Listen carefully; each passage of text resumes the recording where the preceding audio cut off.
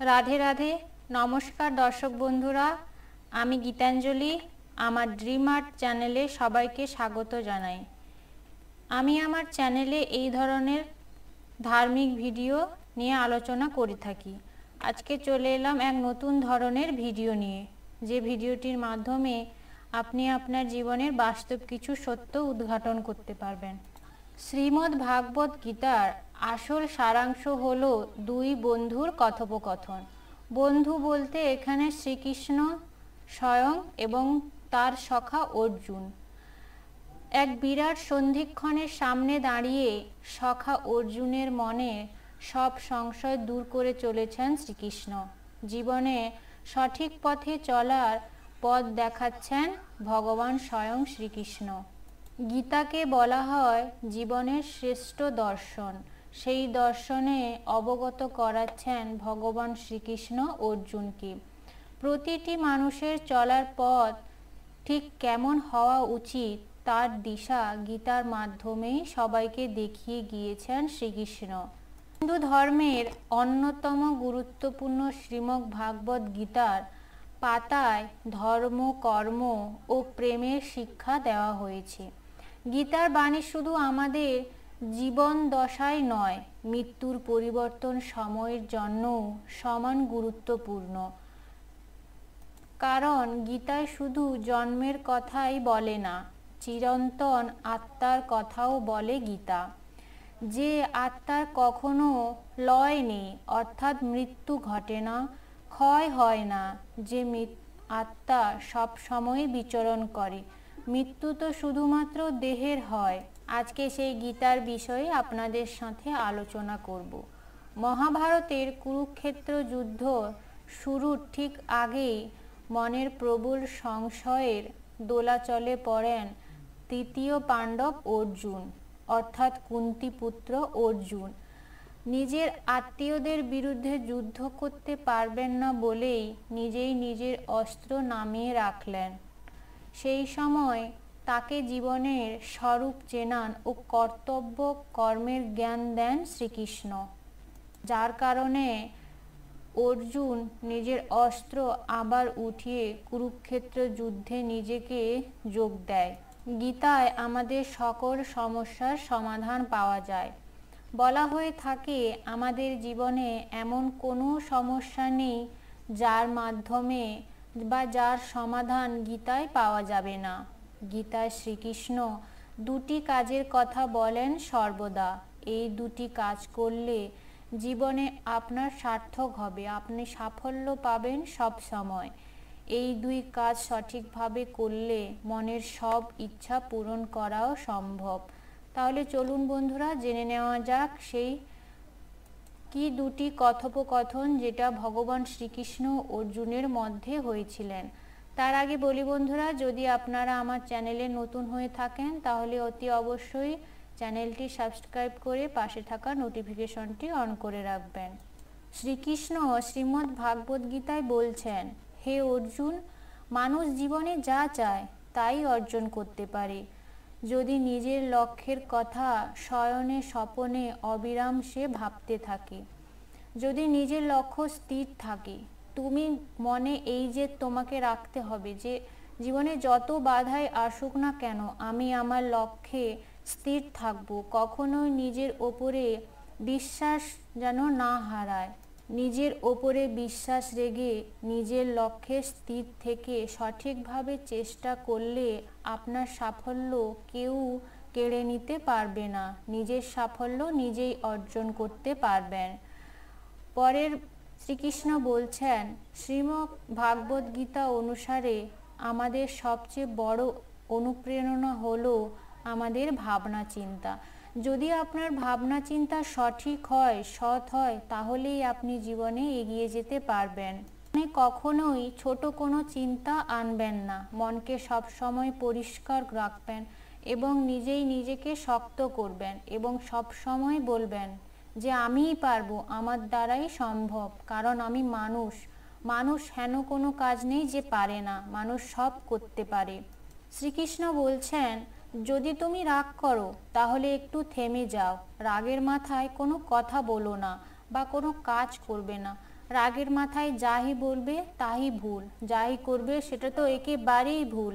ভুল করলে নিজের মাথা নত করে নিয়ে সেটা মেনে নিতে শেখো, তাহলেই পৃথিবীর সব সমস্যার সমাধান তুমিই করতে পারবে। ভগবান শ্রীকৃষ্ণ তারপর বলছেন, যে বা যারা আপনাকে কষ্ট দেবে তারাও অবশ্যই কষ্টই পাবে, কারণ আপনি যাকে যতটাই দেবেন তার থেকে ততটাই রিটার্ন পাবেন। আপনি যদি কারোকে ভালোবাসা দিয়ে থাকেন, ভালোবাসাটাই পাবেন।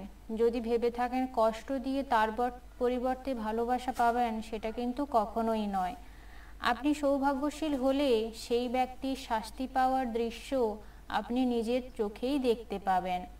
ভগবান শ্রীকৃষ্ণ আরও বলছেন যে যখন কোনো ব্যক্তির প্রয়োজন বদলে যায়, এখন মানুষ প্রয়োজন ছাড়া কিছুই করে না, কথাও পর্যন্ত বলে না। ভগবান তাই বলছেন, যখন মানুষের প্রয়োজন শেষ হয়ে যায় তখন প্রয়োজনটাও বদলে যায়, আর তার ব্যবহার, কথাবার্তা সবই পাল্টে যাবে।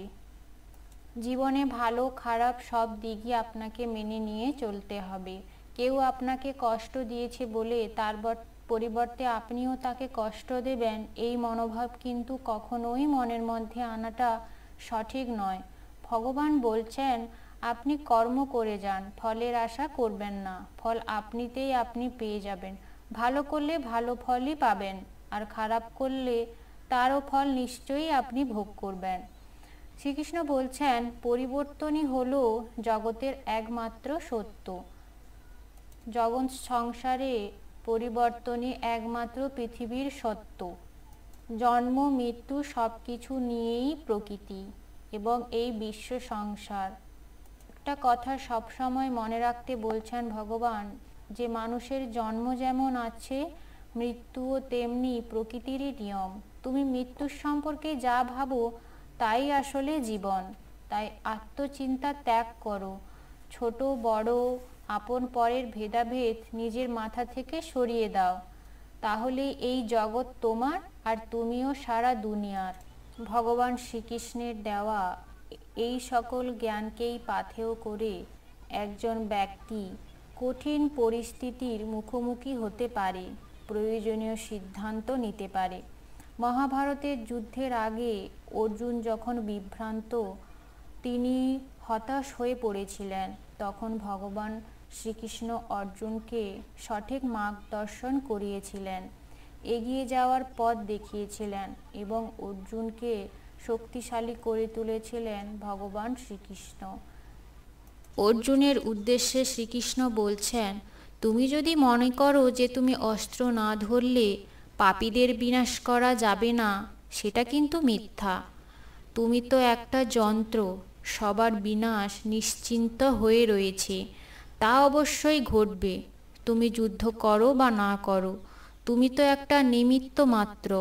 তুমি নিজের পরমাত্মার হাতে অর্পণ করে সমস্ত কাজ করো।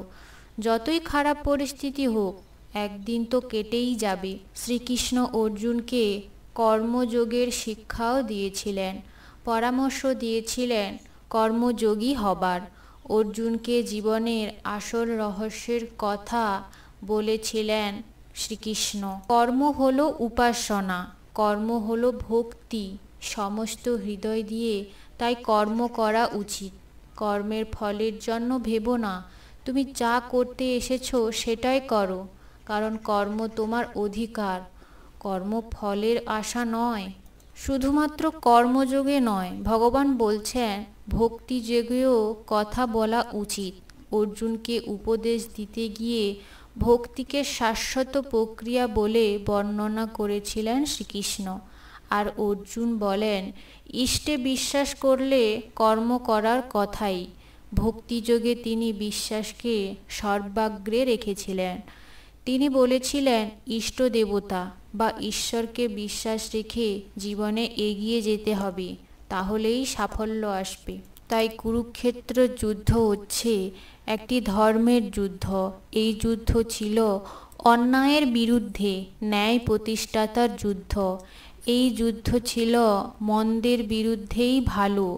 ভালো যুদ্ধ ছিল কুরুক্ষেত্রের ধর্মযুদ্ধ। এই যুদ্ধ ছিল মিথ্যার বিরুদ্ধে সত্যকে প্রতিষ্ঠা করা, অধর্মের বিরুদ্ধে ধর্ম প্রতিষ্ঠিত করা। এই যুদ্ধে ন্যায়ের পরিত্রাণের যুদ্ধ, দুষ্কৃতীদের বিনাশের যুদ্ধ। কুরুক্ষেত্রের যুদ্ধে অধর্মের বিরুদ্ধে জয়ী হয়েছিল ধর্মের, খারাপের বদলে জয়ী হয়েছিল ভালোর, প্রতিষ্ঠাতা হয়েছিল ন্যায় ধর্ম। ভগবান শ্রীকৃষ্ণ অর্জুনকে বুঝিয়েছিলেন জীবনের দর্শন কি। সখা অর্জুনকে তিনি সেটা বলেছিলেন, যা বিশ্বে জানো গীতার উপদেশ মানে নামে। শ্রীকৃষ্ণ অর্জুনকে বলেছিলেন সময় হলো সব থেকে শক্তিশালী, আর কর্ম হলো উপাসনা। কৃষ্ণের দেওয়া এই জ্ঞানকেই ধরা হয় জীবনের মৌলিক মন্ত্র। তো বন্ধুরা, আমি আলোচনা করলাম কুরুক্ষেত্র যুদ্ধর আগে দুই বন্ধু অর্থাৎ ভগবান শ্রীকৃষ্ণ ও অর্জুনের কথোপকথন আলোচনা করলাম, যা জীবনে আপনাকে মার্গদর্শন করাবে এই দুই বন্ধুর কথোপকথন। তো বন্ধুরা, গল্পটি ভালো লেগে থাকলে অবশ্যই লাইক করে কমেন্ট বক্সে রাধে রাধে লিখবেন। ততক্ষণে সবাই ভালো থাকবেন, সুস্থ থাকবেন। দেখা হবে পরের ভিডিওতে। রাধে রাধে।